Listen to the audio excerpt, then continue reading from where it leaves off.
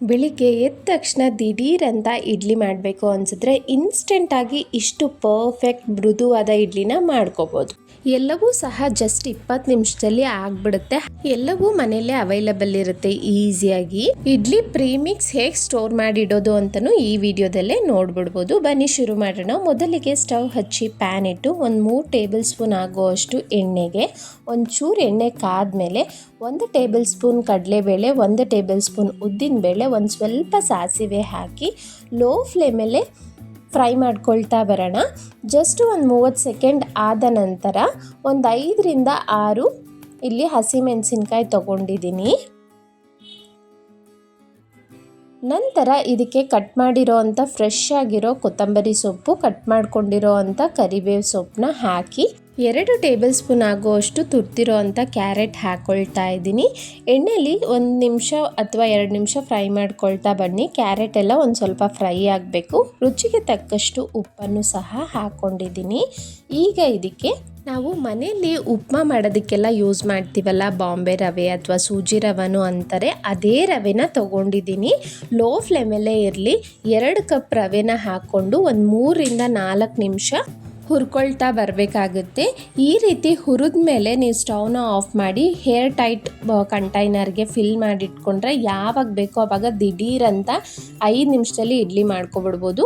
ನೋಡಿ, ನಾನು ಹುರಿದಿರೋ ಅಂಥ ರವೆನೆಲ್ಲ ಒಂದು ಬೌಲ್ಗೆ ತೊಗೊಂಡು ಈಗ ರವೆ ಎಷ್ಟು ತೊಗೊಂಡಿದ್ದೀವೋ ಈಕ್ವಲ್ ಆಗಿ ನಾವು ಮೊಸರನ್ನ ಹಾಕಬೇಕು. ಅಂದರೆ 2 ಕಪ್ ರವೆಗೆ 2 ಕಪ್ ಆಗೋಷ್ಟು ಮೊಸರನ್ನ ಹಾಕಿದ್ದೀನಿ. ನಾರ್ಮಲ್ ಅಂಗಡಿಲೆಲ್ಲ ಸಿಗುತ್ತಲ್ಲ, ಹುಳಿ ಮೊಸರಿಲ್ಲ ಅಂದರೆ ನಾರ್ಮಲ್ ಮೊಸರೇ ಹಾಕ್ಬೋದು. ಈಗ ಮಿಕ್ಸ್ ಮಾಡೋಣ.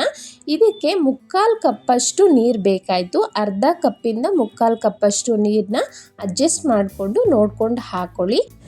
ನೋಡಿ, ಕನ್ಸಿಸ್ಟೆನ್ಸಿ ಈ ರೀತಿ ಇರಬೇಕು. ನಮಗೆ ರವೆ ಸ್ವಲ್ಪ ನೀರನ್ನ ಅಬ್ಸರ್ವ್ ಮಾಡ್ಕೊಳ್ಳುತ್ತೆ ಅಲ್ಲ. ಇದನ್ನು ಒಂದು 10 ನಿಮಿಷ ಪಕ್ಕಕ್ಕೆ ಇಡೋಣ. ಇದಕ್ಕೆ ಸಕ್ಕ ಟೇಸ್ಟಿಯಾಗಿರೋ ಈಸಿಯಾಗಿರೋ ಅಂಥ ಟೊಮೆಟೊ ಚಟ್ನಿನೂ ತೋರಿಸ್ಬಿಡ್ತೀನಿ ಹೇಗೆ ಮಾಡೋದು ಅಂತ. ಈಗ ಒಂದು ಪ್ಯಾನ್ಗೆ 2ರಿಂದ 3 ಟೇಬಲ್ ಸ್ಪೂನ್ ಆಗುವಷ್ಟು ಎಣ್ಣೆ ಹಾಕ್ಕೊಂಡಿದ್ದೀನಿ. ಒಂಚೂರು ಕಡಲೆಬೇಳೆ, ಒಂದು ಸ್ವಲ್ಪ ಉದ್ದಿನಬೇಳೆ ಹಾಕ್ಕೊಳ್ತಾ ಇದ್ದೀನಿ. ಹಾಗೆ ಒಂಚೂರು ಸಾಸಿವೆ ಹಾಕ್ಕೊಂಡು ಒಂಚೂರು ಫ್ರೈ ಮಾಡ್ಕೊಳ್ಳಿ. ಲೋ ಫ್ಲೇಮಲ್ಲೇ ಇರಲಿ, ಸೀದೋಗ್ಬಿಡುತ್ತೆ. ಈಗ ಖಾರಕ್ಕೆ ತಕ್ಕಂತೆ ಒಂದು 4ರಿಂದ 5 ಮೆಣಸಿನ್ಕಾಯಿನ ಹಾಕ್ಕೊಳ್ಳಿ. 3 ಹುಳಿ ಟೊಮೆಟೊನ ಹಾಕಿದ್ದೀನಿ. ಒಂದು ಸ್ವಲ್ಪ ಫ್ರೆಶ್ ಆಗಿರೋ ಅಂಥ ಕೊತ್ತಂಬರಿ ಸೊಪ್ಪು ಹಾಗೆ ಕರಿಬೇವನ್ನು ಹಾಕಿ ಈಗ ಮೀಡಿಯಮ್ ಫ್ಲೇಮ್ ಇಟ್ಟು ಟೊಮೆಟೊ ಎಲ್ಲ ಒಂಚೂರು ಸಾಫ್ಟ್ ಆಗಬೇಕು, ಅಲ್ಲಿ ತನಕ ಫ್ರೈ ಮಾಡ್ಕೊಳ್ಬೇಕಾಗುತ್ತೆ. ನೋಡಿ, ಆಲ್ಮೋಸ್ಟ್ ಜಸ್ಟ್ ನಾನಿಲ್ಲಿ ಒಂದು 2 ನಿಮಿಷ ಚೆನ್ನಾಗಿ ಮೀಡಿಯಮ್ ಫ್ಲೇಮಲ್ಲೇ ಫ್ರೈ ಮಾಡಿಕೊಂಡೆ. ಸಾಫ್ಟಾಗಿ ಆದಮೇಲೆ ಮಿಕ್ಸಿ ಜಾರ್ಗೆ ಹಾಕ್ಕೊಂಡಿದ್ದೀನಿ. ಒಂಚೂರು ಜೀರಿಗೆ, 1/4 ಟೀ ಸ್ಪೂನ್ ಆಗುವಷ್ಟು, ರುಚಿಗೆ ತಕ್ಕಷ್ಟು ಉಪ್ಪನ್ನು ಹಾಕಿ ನುಣ್ಣಗೆ ರುಬ್ಕೊಂಡ್ರೆ ಸಕ್ಕ ಟೇಸ್ಟಿಯಾಗಿರೋವಂಥ ಟೊಮೆಟೊ ಚಟ್ನಿ ರೆಡಿ ಆಗೋಯ್ತು. ನೋಡಿ, ಇಲ್ಲಿ ಜಸ್ಟ್ 10 ನಿಮಿಷ ಬಿಟ್ಟಿದ್ದೆ ಅಷ್ಟೇ. ಚೆನ್ನಾಗಿ ರವೆ ಎಲ್ಲ ನೆಂದಿದೆ. ಒಂದು ಸ್ವಲ್ಪ ಗಟ್ಟಿ ಅನಿಸ್ತು. ಅದಕ್ಕೆ 1/4 ಕಪ್ ಆಗೋಷ್ಟು ನೀರನ್ನ ಸೇರಿಸಿ ಕನ್ಸಿಸ್ಟೆನ್ಸಿ ಅಡ್ಜಸ್ಟ್ ಮಾಡ್ಕೊಳ್ತಾ ಇದ್ದೀನಿ. ಈಗ 1/4 ಟೀ ಸ್ಪೂನ್ ಆಗುವಷ್ಟು ಅಡುಗೆ ಸೋಡಾ ಹಾಕಿದ್ದೀನಿ. ಅಡುಗೆ ಸೋಡಾ ಇಲ್ಲ ಅನ್ನೋರು ನೀವು ಬೇಕಿಂಗ್ ಪೌಡರ್ ಹಾಕೋಬೋದು, ಅಥವಾ ಬ್ಲೂ ಕಲರ್ ಈನೋ ಬರುತ್ತೆ ಫ್ಲೇವರ್ ಇಲ್ಲದೆ ಇರೋದು, ಅದು ಸಹ ಹಾಕ್ಕೊಳ್ಬೋದು. ಎಲ್ಲವನ್ನು ಚೆನ್ನಾಗಿ ಮಿಕ್ಸ್ ಮಾಡಿ, ಒಂದು ಟಿಪ್ಸ್ ಏನು ಅಂದರೆ ನಾವು ಈನೋ ಅಥವಾ ಬೇಕಿಂಗ್ ಪೌಡರ್, ಬೇಕಿಂಗ್ ಸೋಡಾ ಹಾಕಿದ ತಕ್ಷಣವೇ ನಾವು ಸ್ಟೀಮ್ಗೆ ಇಟ್ಬಿಡಬೇಕು, ತುಂಬ ಹೊತ್ತು ಬಿಡಬಾರ್ದು. ನೋಡಿ, ಇಡ್ಲಿ ಪ್ಲೇಟ್ಗೆ ತುಪ್ಪ ಅಥವಾ ಎಣ್ಣೆನ ಸವರಿ ಈ ರೀತಿ ಬ್ಯಾಟರ್ನ ಹಾಕ್ಕೊಳ್ತಾ ಇದ್ದೀನಿ.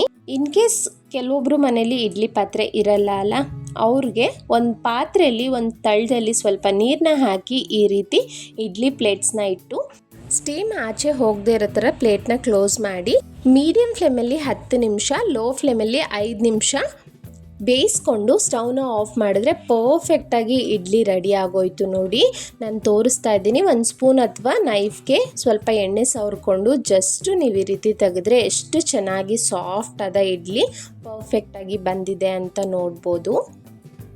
ಮಕ್ಕಳಿಗೆಲ್ಲ ಬ್ರೇಕ್ಫಾಸ್ಟ್ಗೆ ಒಂದೊಳ್ಳೆ ರೆಸಿಪಿ, ತುಂಬ ಸಾಫ್ಟಾಗಿ ಟೇಸ್ಟಿಯಾಗಿ ತುಂಬಾ ಚೆನ್ನಾಗಿ ಬಂದಿತ್ತು. ನಮ್ಮ ಮನೇಲಂತೂ ಒನ್ ಆಫ್ ದಿ ಫೇವ್ರೆಟ್ ಅಂತ ಹೇಳ್ಬೋದು. ಅರ್ಧ ಗಂಟೆಲಿ ದಿಢೀರ್ ಅಂತ ಈ ಇಡ್ಲಿನ ಮಾಡಿಬಿಡ್ಬೋದು. ನೀವು ಸಹ ಟ್ರೈ ಮಾಡಿ ಹೇಗೆ ಬಂತು ಅಂತ ಕಮೆಂಟ್ನಲ್ಲಿ ತಿಳಿಸಿ. ಸವಿ ಕಿಚನ್ ಕನ್ನಡಗೆ ಪ್ಲೀಸ್ ಯಾರೆಲ್ಲ ಸಬ್ಸ್ಕ್ರೈಬ್ ಮಾಡಿಲ್ಲ ಸಬ್ಸ್ಕ್ರೈಬ್ ಮಾಡಿ. ಇದೇ ರೀತಿ ಹಲವಾರು ಲಂಚ್ ಆ್ಯಂಡ್ ಬ್ರೇಕ್ಫಾಸ್ಟ್ ರೆಸಿಪೀಸ್ ನನ್ನ ಚಾನಲ್ನಲ್ಲಿ ಇದೆ. ಇಂಟ್ರೆಸ್ಟ್ ಇರೋರು ಹೋಗಿ ನೋಡ್ಬೋದು.